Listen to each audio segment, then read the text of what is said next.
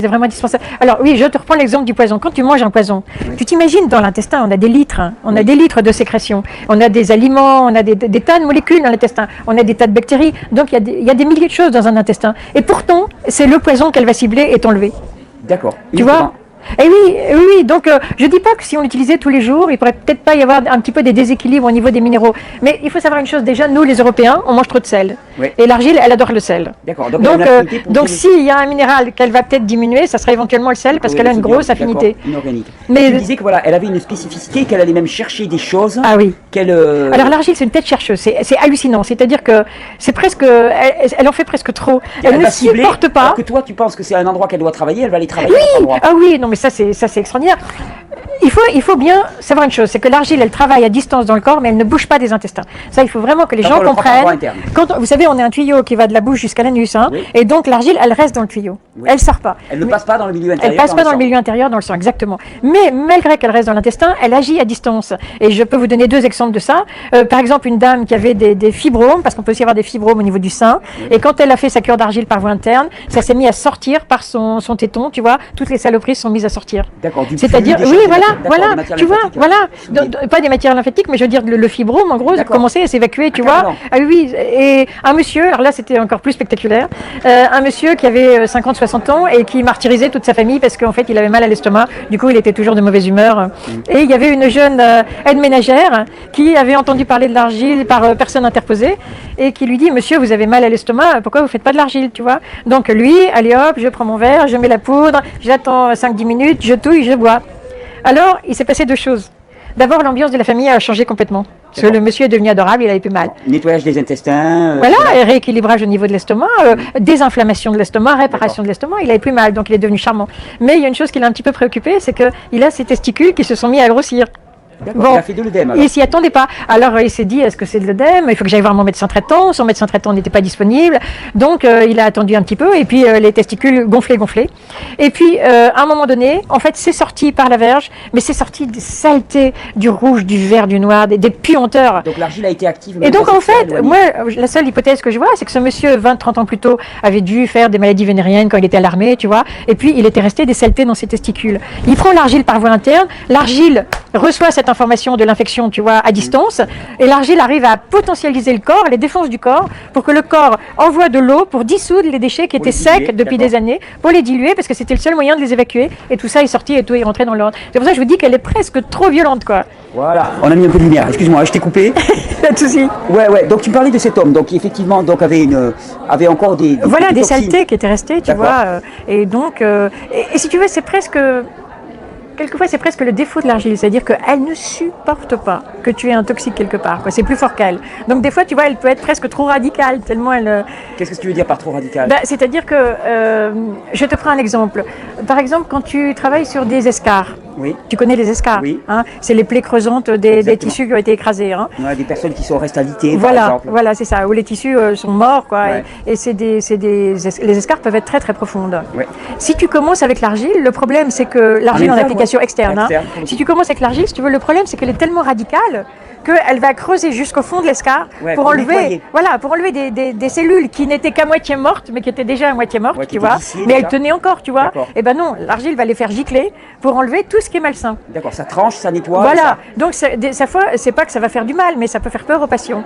C'est pour ça que sur les escarres, moi j'utilise plutôt le chou, tu vois, parce que le chou, il va nettoyer les cellules mortes, mais en douceur et en même temps qu'il va faire repousser les cellules saines. Donc il n'y aura pas de creusement. En apportant de la salinité et ainsi de suite. Oui. Et le chou, et puis il y a une vitamine spécifique, la vitamine U, hein, qui est dans le chou, qui fait que ça cicatrise d'une façon, ça fait repousser les chairs. À vue d'œil, hein, tu peux prendre ton centimètre chaque jour et voir que les chairs repoussent. Et le chou, tu utilises comment? En haché? Non, c'est très simple le chou. Il faut qu'il soit propre, tu vois, tu enlèves la grosse côte du milieu. Ouais. Alors moi, je le faisais sur des enfants paralysés au Bénin dans un hôpital, tu vois. Oui. Donc du coup, la grosse côte du milieu, je leur donnais à manger, ça leur faisait des vitamines, tu vois. Et alors le reste, tu n'as pas de rouleau à pâtisserie, donc tu prends une bouteille que tu as bien lavée et tu écrases, mais faut être gentil. Moi je dis faut être gentil, même avec le chou, il n'y a pas de raison de le brutaliser. Donc tu écrases pas complètement, tu presses avec la bouteille pour faire juste venir le jus en surface. D'accord. Okay. Voilà. Une fois que tu as fait venir le jus en surface, tu vas l'appliquer sur la plaie. Mais attention, dans le cas du chou, il faut vraiment mettre le chou à l'intérieur de la plaie. Il faut pas le faire déborder sur les bords. Tandis que quand tu vas faire un cataplasme avec l'argile, tu fais toujours déborder l'argile sur les bords de 2 cm, 1 à 2 cm. On m'a dit, quand tu fais un cataplasme d'argile aussi, il faut faire une bonne épaisseur d'argile. Épais, oui, il faut viser 2 cm. 2 cm. Oui, il faudrait viser 2 cm. Il faut le renouveler régulièrement de manière à ce que l'argile ne sèche pas. Alors, nous, on travaille beaucoup dans les pays pauvres, donc c'est pas toujours évident d'avoir des énormes quantités d'argile. Hein. Donc, quand on travaille en hôpital dans les pays pauvres, on change 1 fois par équipe, donc 3 fois par jour. Parce que moi, c'est toujours la difficulté que j'ai eue, c'est-à-dire que quand j'ai une plaie, par exemple, en externe, oui. je me fais un cataplasme d'argile, je l'oublie quelques heures, au bout de quelques heures, il a séché. Voilà, alors je vais t'expliquer. Si j'essaye de l'enlever, ça m'arrache la croûte. Oui, non. Alors, ce que tu fais à ce moment-là, c'est très simple. C'est d'ailleurs une dame africaine qui m'a montré. C'est que tu prends un gant de toilette, tu le trempes bien d'eau, et puis tu le presses. En fait, tu fais goûter l'eau à la limite entre entre l'argile séchée et la peau. Ouais. Et donc, il y a des petites particules d'argile qui vont se libérer, et il y a un moment donné où la plaque d'argile séchée va tomber direct. D'accord. Alors, qu'est-ce que j'aurais pu faire pour éviter qu'elle sèche comme ça? Il faut rien faire pour éviter. Mais même quand elle est sèche, elle peut encore travailler, tu vois. D'accord. Mais donc tu fais rien, c'est juste que tu le changes quand tu en as besoin pour ton confort. Mais par exemple, nous, j'avais un médecin que j'avais formé, là, un ancien chef de service, il l'utilisait en Mauritanie. Ils partaient en jeep, tu vois, et ils allaient dans des campements très loin, tu vois. Et donc, les gens ne pouvaient pas, les gens de ces campements n'avaient pas de véhicule, ils pouvaient pas venir changer leur argile tout le temps. Et lui avait très peu d'argile. Et il s'est aperçu pour les brûlures, parce qu'il faut savoir que l'argile, c'est le seul remède dans les brûlures. Hein. Parce que l'argile, dans une brûlure, te reconstitue les chairs comme avant. Si tu le fais vraiment, tu n'as aucune séquelle, zéro. Alors, il n'y a aucun médicament qui fait ça. Donc, lui, par exemple, une fois, dans un campement très loin du centre de santé, en Mauritanie, il trouve une femme qui a été brûlée. Il lui a mis l'argile. Et en fait, il l'a laissée. Et petit à petit, si tu veux, je pense que cette dame a dû faire tomber l'argile qui restait. Pourquoi il l'a laissée? Parce qu'il s'était aperçu, quand il soignait les gens qui venaient avec des brûlures au centre de santé, au début, il leur avait changé l'argile assez rapidement, et à chaque fois, il s'apercevait que la repousse des chairs en dessous était magnifique. Donc, il a compris qu'on pouvait le laisser. Bon, c'est pas l'idéal, hein, c'est pas l'idéal. Il le laissait sécher, puis c'est tout. Voilà, voilà. D'accord. Et en fait, l'argile dans les brûlures, je dis pas que c'est ce qu'il faut faire, hein, quand on a de l'argile, il vaut mieux la changer quand elle sèche. L'argile dans les brûlures, ce qui est assez fascinant, c'est qu'elle fait même les brûlures du 3e degré, qui normalement ne peuvent pas se réparer. Mais ce qu'elle fait dans ce cas-là, on peut le voir, c'est quand vous avez une brûlure, il y a seulement certaines parties de la brûlure qui sont du 3e degré. Ouais. Donc où normalement le germe de la peau pour repousser est mort aussi, a été brûlé. Hein. Et alors l'argile dans ce cas-là, quand vous l'appliquez en cataplasme humide, elle constitue une sorte de peau. C'est très curieux, une sorte de film vert clair qui va en fait protéger les zones au 3e degré. Et alors au début, moi quand j'ai vu ça, comme j'avais appris que dans les soins des plaies, quand il y avait une fausse peau qui se mettait, il fallait l'enlever, je l'ai enlevé. Et j'ai vu qu'en dessous, les bourgeons de repousse étaient magnifiques. Donc j'ai remis l'argile, et ce qui est assez extraordinaire, c'est que dès la prochaine application, elle a refait le film, elle a reconstitué le film. Et après j'ai compris donc, que l'enlever, d'accord. Voilà, elle le reconstitue, mais en fait il ne faut pas l'enlever parce que c'est un film qu'elle fait pour que la chair puisse bien repousser dessous, une sorte de protection. D'accord. C'est assez fascinant, je veux dire, moi je trouve ça fascinant. Et alors, on m'a parlé quelquefois d'ajouter un peu d'huile à l'argile pour pas qu'elle sèche. Non. Alors ça, moi le seul que je l'ai fait, tu vas rire, je te dis les choses telles quelles. Hein. Nous, dans cet hôpital au Bénin, on avait des enfants qui avaient des typhoïdes. Oui. Et les typhoïdes, c'est terrible parce que ça fait une infection monstrueuse des intestins. Exactement. Donc en fait, les chirurgiens, si tu veux, ils ouvraient, ils nettoyaient les intestins et après, ils laissaient les intestins ouverts. Oh mon Dieu. C'est-à-dire que comme ça, 2 jours plus tard, ils pouvaient réopérer, puis 2 jours plus tard, ils pouvaient réopérer, c'est-à-dire jusqu'à ce que les intestins soient vraiment propres. Et moi, j'ai eu une jeune femme qui est venue, qui avait 18-19 ans, et elle avait une infection mais monstrueuse, tu vois, donc elle allait mourir. Et donc après qu'il l'ait opérée la première fois, elle avait des intestins à l'air, et tu vois les boudins roses, là, tu vois. Ah oui. Et tu peux pas mettre de l'argile qui va sécher sur un boudin rose souple comme ça. Donc là, si tu veux, je suis allée dans le village, j'ai acheté une huile que les gens fabriquaient de façon artisanale, et donc je mélangeais moitié argile et huile, et je mettais ça sur les intestins, comme ça chauffait pas. Ça ne séchait pas. Mais ça, c'est des cas très particuliers. Sinon, tu recommandes pas de mettre de l'huile? Non. Alors pour les brûlures, on a essayé plusieurs choses. On a essayé l'huile seule, on a essayé l'argile avec l'huile, on a essayé l'argile seule, on a essayé avec une gaz. Et en fait, le plus efficace, c'est l'argile seule et sans gaz, en direct. Est-ce que tu arrives d'utiliser de l'argile en poudre à saupoudrer sur les plaies directement? Ah oui, alors nous, c'est aussi un des protocoles qu'on a mis au point. C'est grâce à un monsieur diabétique. Alors tu sais que dans le diabète, tu infectes les plaies. Oui. Dans le diabète, tu as des défenses anti-infectieuses qui sont diminuées. Et donc ce monsieur nous a dit, moi, comme les diabétiques doivent faire très attention, sitôt qu'ils ont un petit effleurement, une petite ouverture quelque part, ils doivent soigner tout de suite. Lui, il a dit, moi je poudre à l'argile et puis c'est tout. Donc on était assez fascinés, on a testé. Et en effet, maintenant on fait ça. C'est-à-dire que sur les plaies, on n'utilise plus l'argile en pâte, on poudre simplement. Donc tu l'as pulvérisé en poudre? Oui. Et tu la laisses sécher là à ce moment-là? Non, mais elle va pas sécher parce qu'elle va attraper des tas de sécrétions, tu vois, et tout. Donc elle va ramener des tas de choses. Et puis après, c'est pareil. Mettons 3 fois par 24 heures, tu la renouvelles, oui. Donc là, tu fais couler de l'eau pour qu'elle parte? Voilà. Mais n'oubliez pas que quand on change une argile, il faut jamais frotter et décaper. C'est-à-dire que s'il y a une part d'argile qui reste dans la plaie, c'est qu'elle a besoin de rester dans la plaie et à l'application suivante, elle remontera petit à petit. D'accord. On ne s'inquiète pas. On n'essaie pas de nettoyer de manière à ce que ce soit parfait. Voilà. Mais ceci dit, c'est vrai que les infirmières qui travaillent avec moi, elles aiment bien nettoyer parce que c'est une habitude professionnelle. Donc ce qu'elles font, c'est que avant de changer l'argile, entre deux changements d'argile, elles aiment bien faire baigner la partie avec la plaie dans de l'eau, ou mieux encore dans de l'urine. D'accord. Parce que l'urine a des capacités anti-infectieuses et de cicatrisation fabuleuses. Exactement. Ouais. Mais surtout, il faut mettre aucun antiseptique, parce qu'il ne faut pas oublier que quand vous mettez des antiseptiques, vous tuez aussi la repousse des chairs. Vous ne tuez pas que les germes. Donc, il ne faut surtout pas mettre d'antiseptique. Donc, si tu veux, tu peux nettoyer à l'eau, mieux encore à l'urine, mais pas mettre d'antiseptique. D'accord. Voilà. Et tu arrives à utiliser l'argile sur des plaies ouvertes, par exemple? Ah mais oui, on utilise tout le temps sur les plaies ouvertes, oui, bien sûr. Et alors là, tu fais un cataplasme directement sur des chairs ouvertes? Bien sûr, bien sûr. Mais c'est-à-dire que de plus en plus, on fait la poudre quand on peut. C'est-à-dire, comment te dire, l'argile en pâte est plus puissante pour tirer quelque chose. Donc si c'est une plaie, on va dire, infectieuse ancienne, dans le cas d'une plaie, voilà, par exemple, nous on avait beaucoup de morsures de serpent. Oui. Tu vois, les morsures de serpent, c'est terrible parce que ça tue les chairs carrément. Il y a des composants dans les venins de serpent qui tuent les chairs. Hein. Et donc évidemment, du coup, les enfants, on était obligés de les amputer. Tu vois, parce que c'était souvent au niveau de la main, parce qu'on prend des herbes, on prend quelque chose par terre et hop, il y a un serpent dedans. Et avec l'argile, il n'y avait plus besoin de les amputer parce que l'argile arrivait à faire revenir dans le bras les poisons qui étaient déjà partis, tu vois, et à tout faire sortir. C'est ça qui est génial. Une fois, par exemple, j'étais au Guatemala, on travaillait avec les Indiens Quiché, et il y a un Indien Quiché qui vient, qui me dit, bah, écoutez, j'ai une infection au doigt depuis longtemps, j'arrive pas à m'en sortir. Ouais. Alors moi, du coup, je lui dis, bah, pas de problème, je vais vous mettre un peu d'argile. Je lui mets la pâte d'argile. Tout autour du doigt, là, en oui, sur son doigt infecté. Et quasiment tout de suite, il me dit, ah, ça me tire sous le bras. D'accord. Tu sais pourquoi? Il sentait que la lymphe était tirée. Et tu sais pourquoi? C'est parce que comme il avait cette infection depuis longtemps, il avait un ganglier bourré d'infection. Un ganglion bourré d'infection. Ouais. Et donc l'argile que tu as mis là, en 2-3 secondes, elle était déjà en train de tirer l'infection qu'il y avait dans son ganglion. C'est impressionnant. Et moi, je te prends un autre exemple. Moi, j'ai pris des très mauvaises habitudes avec l'argile. Je désinfecte plus mes plaies parce que je sais que si le corps n'arrive pas à la gérer, l'argile pourra gérer. Et donc, une fois, j'avais une plaie à 2 doigts. Et puis, il y a un des 2 doigts, ça s'était infecté et l'autre pas. Tu vois, et comme je suis très pressée, je mets l'argile sur le doigt infecté, sauf que je me trompe et je le mets sur le doigt qui n'est pas infecté. Ouais. Et bien, aussitôt, le doigt qui était infecté a commencé à me faire de moins en moins mal. C'est-à-dire qu'elle a drainé jusqu'à l'autre doigt immédiatement. Tu vois, elle a cette sorte de tête chercheuse, si tu veux, pour tout ce qui est malsain dans le corps, quoi. Ah, c'est impressionnant. Ah oui, non, mais c'est magnifique. Donc là, on décrivait tous les usages externes. Oui. En usage interne, c'est... En usage interne, tous les poisons, quand vous vous êtes empoisonné, y compris tous les... Il faut savoir que l'argile est ionisée positif. Oui. Non. Alors attends, je ne me trompe pas. Non, non, je me trompe. Elle est ionisée négative et donc elle attrape les poisons positifs. Oui. Alors c'est pour ça que y a des nitrates dans les nappes phréatiques. C'est parce que quand les nitrates filtrent à travers le sol, comme ils sont ionisés négatifs, ils sont pas bien attrapés par l'argile. Sinon, il y en aurait même plus dans les nappes phréatiques, tu vois. Donc, tu comprends bien que quand on a une intoxication par un produit radioactif, la première chose, c'est de savoir si c'est négatif ou pas. Si c'est de l'iode, c'est négatif. Oui. Si c'est du césium, c'est positif. Eh bien, pour les poisons positifs, l'argile est extrêmement efficace, y compris pour le césium radioactif. D'accord. Et alors, est-ce qu'au quotidien, par exemple, en interne, tu l'utilises toi? Bien sûr, bien sûr. Sous quelle forme? L'argile, à boire? Alors, par voie interne, il faut savoir qu'il faut ingérer la boue d'argile. Il ne faut pas juste ingérer l'eau de dépôt. Hein. Il faut ingérer parce que l'information, elle est dans la structure de l'argile. Et là, si tu veux, dans l'eau surnageante, tu vas avoir quelques minéraux. Par exemple, elle peut avoir mis un peu de fer, un peu de calcium, etc. C'est très bien. Mais l'information, elle est dans la structure même de l'argile. L'information dont tu as besoin pour guérir. Donc, il faut vraiment boire l'argile entière. Alors, chez certaines personnes qui sont prédisposées à la constipation, vaut mieux la prendre juste au moment où on se couche. C'est-à-dire que tu prépares ton verre d'argile. Alors, attention, quand on prépare l'argile, toujours, il faut savoir qu'il ne faut pas mélanger au moment où on la prépare. C'est-à-dire que vous mettez d'abord l'eau, vous mettez la poudre en surface, vous parsemez la poudre en surface et vous la laissez tomber au fond et vous ne mélangez pas. D'accord. Et puis après, vous la laissez reposer. Alors en fait, on peut s'en servir au bout de 10 minutes.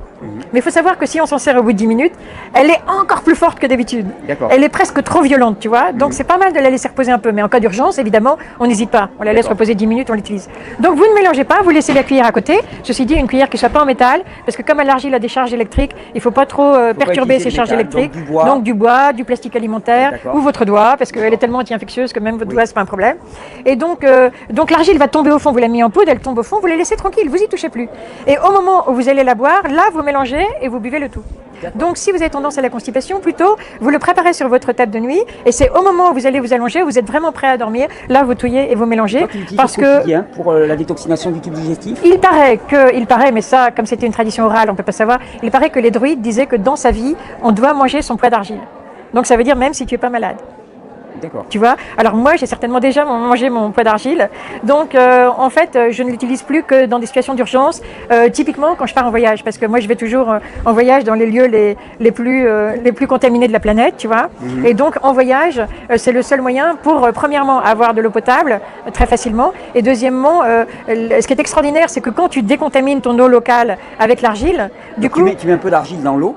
Alors, moi, j'utilise toujours l'eau locale avec l'argile, tu vois. Donc, je prends une gourde qui a un intérieur vitrifié, donc intérieur en verre, pas intérieur en vitrocéramique ou je sais pas quoi, tu vois, vitrifié, pas en métal. Et puis, je mets l'eau locale, et après, je mets de l'argile à travers le goulot. Alors, moi, je mets un caillou d'1 centimètre à peu près pour 1 litre d'eau. D'accord. Et après, je laisse reposer 10 minutes. Ouais. Alors bon, après, faut pas le dire. Mais nous, pas seulement moi, mais tous les gens qui font des missions avec moi, nous buvons le tout. Parce que en fait, elle est justement tellement sélective, si tu veux, que en fait, elle piège les bactéries et les virus, elle les garde et elle ressort des intestins avec. Et pourquoi on fait ça? On fait ça parce que de cette façon-là, alors je vous préviens tout de suite, on n'a jamais réussi à être malade. C'est impossible. D'accord. Il n'y a pas moyen. C'est de l'éprouver. On est désolé, pas moyen d'être malade. Et surtout que l'avantage, c'est que si tu bois, tu vas boire toutes les 2 heures, mettons, tu vois. Donc quand tu bois, tu secoues bien pour justement remettre l'argile en suspension et tu bois. Alors l'avantage, c'est que les petites particules d'argile qui sont de l'ordre du micron, c'est-à-dire du millième de millimètre, elles vont s'insérer dans ton mucus. Vous savez que nos intestins sont gainés d'une sorte de glaire qui s'appelle du mucus, qui les protège. Et donc les petites particules d'argile vont piqueter ton mucus. Et ce qui est absolument fabuleux, c'est que ce que tu vas manger dans la journée, eh bien avant de rentrer dans ton sang, il faut que ça passe à travers le mucus. Eh bien ce que tu vas manger qui sera contaminé, va être les contaminations vont être piégées par l'argile qui est dans ton mucus. D'accord, ok. Donc ce qui fait que même si le cuisinier de l'hôtel avait un gros panari au doigt, même si les marchandes avaient les mains très sales, les légumes ont traîné n'importe où. Voilà, et vous n'arriverez pas à être malade. D'accord. Pas moyen. C'est assez extraordinaire. Et donc en fait, c'est ce que tu fais, tu parcours le monde pour... Alors moi, je voyage partout dans la planète, je me fais des jungles, je me fais tout ce que tu veux avec l'argile. Et tu portes ce message, tu apprends aux gens à oui, utiliser. Voilà. Alors en fait, parce que tu as une association, hein, voilà. Alors mon association, l'idée, c'est très simple, c'est que il y a des gens pauvres partout sur la planète et ces gens marchent sur l'argile. Comme me disait quelqu'un, même un réfugié qui est sur les routes, même quelqu'un qui est dans un bidonville, il marche sur l'argile. Oui, il y a de l'argile partout. Voilà, partout. C'est 15% de la croûte terrestre, donc il y en a partout. Par exemple, une fois j'étais à Dakar, je demande s'ils ont telle espèce d'argile au service français de recherche, et ils me disent ah non, cette argile-là, on en a quasiment pas à Dakar. Je leur dis vous en avez à peu près combien, si vous pouvez chiffrer. Oh, ils me disent à peine quelques milliers de tonnes. Tu vois, donc l'argile, il y en a partout. Donc en fait, partout les humains et les animaux d'ailleurs utilisent l'argile. Mais seulement si tu veux, les gens, ils ont développé l'usage de l'argile pour leurs besoins. Par exemple, je prends un exemple très simple. Si vous êtes Touareg, quand les enfants ont la diarrhée, il y a les graines de baobab. Ils sucent les graines de baobab. Et donc vous n'avez pas besoin d'utiliser l'argile pour la diarrhée puisque vous avez déjà les graines de baobab. Donc chaque peuple a fait des utilisations pour ses besoins. Par exemple, les Touaregs, ils l'utilisent pour l'écrasement de chair. Tu vois, quand tu pointes ton doigt, non, tu pointes ton doigt dans une porte, tu as un bras comprimé. Voilà. Et donc, chaque peuple a développé certains usages. Donc, nous, ce qu'on fait, c'est qu'on leur apporte les usages des autres. Alors, disons, vous savez. On élargit le champ. Voilà, parce que regarde, par exemple, les Touaregs. Après, quand ils viennent en ville, ils ont plus de baobab, tu vois. Et bon, les gamins, ils ont toujours autant de diarrhée, si ce n'est plus. Donc, c'est bien qu'ils sachent récolter de l'argile au bord de la ville, tu vois. D'ailleurs, en parlant d'argile, là, tu mentionnais les qualités d'argile. Est-ce que ça a une importance? Parce qu'on parle de illite, de montmorillonite. Oui, alors il faut que tu saches que tout ça, faut laisser tomber. Tout ça, faut laisser tomber parce que, en fait, il y a des milliers d'espèces d'argile et même les spécialistes se cassent la tête, tu vois, parce que les argiles, c'est d'abord très différent. Elles sont tellement semblables que pour les différencier, il faut un diffracteur de rayon X déjà. On n'en a pas un dans son jardin. Non. Et donc, il faut faire. Moi, ce que je conseille, c'est de faire comme les animaux, c'est-à-dire de les goûter et de voir celles qui vous plaisent de goût. Rouge, alors maintenant, question de couleur. Normalement, les couleurs ne veulent rien dire parce que les couleurs, c'est des. Comment vous dire? L'argile, elle se promène sur la terre. Et d'abord, l'argile, c'est une roche qui s'est transformée. C'est des granites qui se transforment la plus souvent. Et si vous voulez, selon la roche de départ, elle va avoir pris plus ou moins tel minéral ou tel minéral. Et c'est généralement ça qui la colore. Par exemple, du rouge, ça va être du fer ferrique. Du vert, ça va être du fer ferreux, tu vois, ou du cuivre, tu vois. Donc en fait, la couleur, on peut dire qu'elle est posée sur l'argile. C'est pas la structure de l'argile. Ce qui est important, c'est la structure. Mais comment te dire? Les argiles blanches, c'est généralement malgré tout des argiles beaucoup plus, comment dire, moins puissantes, parce que justement, elles sont restées blanches parce qu'elles n'ont pas attrapé beaucoup de choses, tu comprends? D'accord. Donc, en France, le mieux, c'est de tester les argiles vertes, parce que les argiles vertes sont toujours des formes d'argile complexes, qui sont suffisamment puissantes pour aller justement à distance, tu vois, influer à distance sur l'élimination. En fonction de ses préférences personnelles. Voilà. Alors moi, je dis aux gens, vous achetez les argiles vertes en poudre de votre environnement. En poudre ou concassée? En poudre. Alors justement, on va dire pourquoi. Pourquoi pas en concassée? Parce que la seule différence en fait entre la poudre et la concassée, c'est que dans la poudre, on a enlevé le sable. Parce que dans la fabrication normale géologique de l'argile, il y a toujours un mélange avec du sable. Alors si tu veux, tu me surprends, parce que moi on me disait que par exemple pour les compresses et les cataplasmes d'argile, il fallait toujours utiliser de la concassée. Oui, non, c'est simplement que la concassée est moins chère. Mais la concassée contient encore un peu de sable. Mais c'est pas grave. Si non, on utilise en externe. Pour de l'externe, c'est pas un problème. Pour de l'interne, c'est pas la peine, tu vois, vaut mieux éviter. Okay. Donc, qu'est-ce qu'on était à dire sur la poudre? On parlait des qualités de poudre. Oui, alors voilà, oui.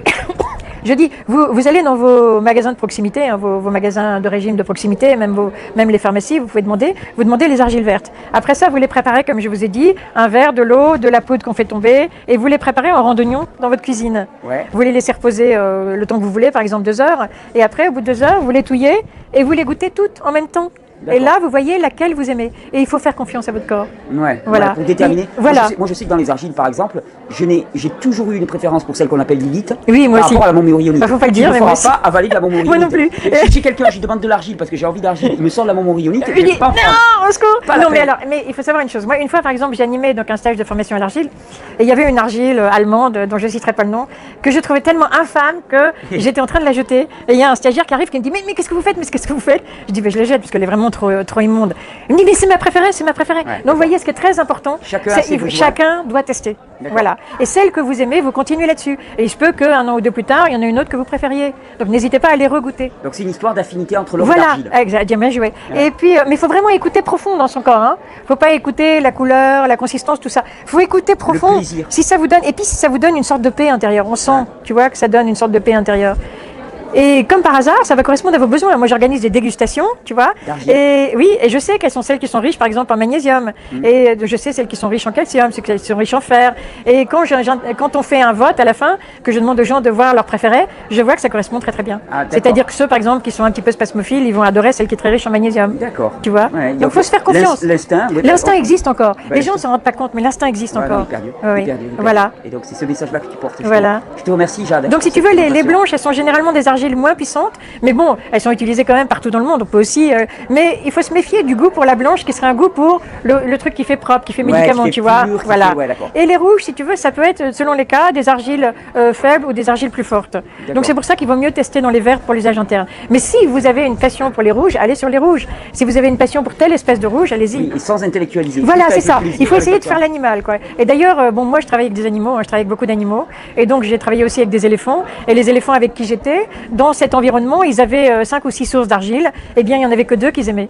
D'accord, ils allaient spécifiquement à telle source ou à telle source. Voilà, pour les manger. Ils savent très bien. Et pour vous dire, les gitans, par exemple, comme ils savent comme ils utilisent l'argile pour se soigner, ils recherchent des argiles.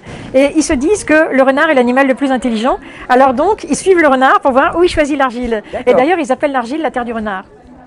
Et donc moi, quand je suis allée un peu partout sur la planète, j'ai cherché l'équivalent du renard. Donc par exemple, tu vois, sur les falaises des Dogons à Bandiagara, je leur ai dit, tiens, vous n'avez pas des fennecs ou des coyotes Et tu regardais où les animaux? Et je regardais où allaient les animaux, voilà. D'accord. Faut suivre les animaux. S'inspirer de l'animal, voilà. Retrouver le caractère instinctif animal. Et tu vois, si les animaux le mangent, c'est que, tu vois, c'est qu'ils ont raison. Vous savez qu'au Pérou, il y a des perroquets qui chaque jour font des kilomètres pour aller s'accrocher à des falaises d'argile et manger l'argile.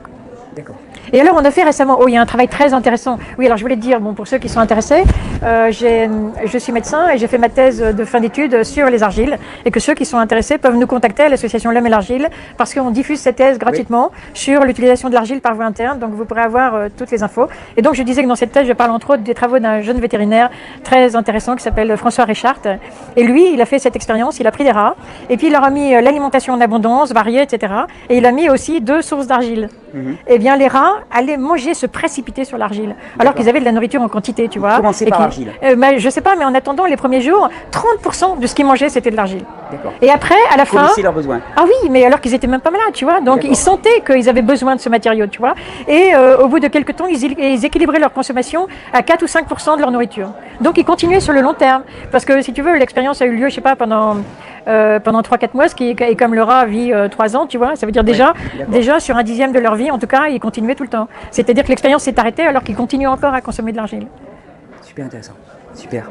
Jade, je te remercie pour ce partage. Je pense Oui, que ça a écoute, donné beaucoup envie. On peut retrouver ton association. Je suppose que tu as un site internet. C'est très facile. Vous faites sur Google l'homme et l'argile, enfin sur Google ou d'autres moteurs de recherche. Tu mets l'homme et l'argile, tu tombes sur nous. Alors si tu veux, nous notre idée c'est ça, c'est vraiment permettre aux gens qui n'ont pas d'argent de, parce que tu sais c'est dur. Par exemple au Mali, si tu as mal au dos, eh bien il faut que tu payes d'abord un médecin généraliste qui t'envoie ensuite chez le dentiste. Donc tu t'imagines toi l'argent que ça représente. Donc les gens ils restent avec mal aux dents quoi. Alors que s'ils connaissent l'argile, leur mal de dents, allez, c'est fini, tu vois. Et en plus c'est pas fini d'une façon malsaine. C'est pas fini parce qu'on a mis un anesthésion. C'est fini parce qu'on a drainé l'inflammation et l'infection. Et si tu veux, il faut voir aussi que l'argile attrape les virus. Or, tu sais que les virus, c'est un gros problème parce que les antibiotiques, malheureusement, n'ont pas d'efficacité. Et donc, l'argile et quand vous désinfectez une eau, eh bien, justement, l'avantage, c'est que ça enlève les bactéries, les virus et un certain nombre de parasites. Pas tous les parasites, parce que c'est pas parce que c'est l'argile qu'il faut dire que ça guérit tout. Il y a des parasites sur lesquels ça marche pas, mais il y a quand même beaucoup de parasites sur lesquels ça marche. D'accord. Et un certain nombre de poisons. Donc c'est quand même fantastique. C'est fantastique. Donc je te remercie pour toutes ces informations. Je vais lire ta thèse sur l'utilisation de l'argile par voie interne pour essayer de faire évoluer ma pensée. Voilà. Et puis il faut pas hésiter à me poser d'autres questions, tu vois, sur des points précis qui t'intriguent ou. D'accord. Eh bien, écoute, je vais y penser et on y reviendra. Je te remercie beaucoup, Jade. Merci beaucoup. Merci. Merci de m'avoir consacré ce temps.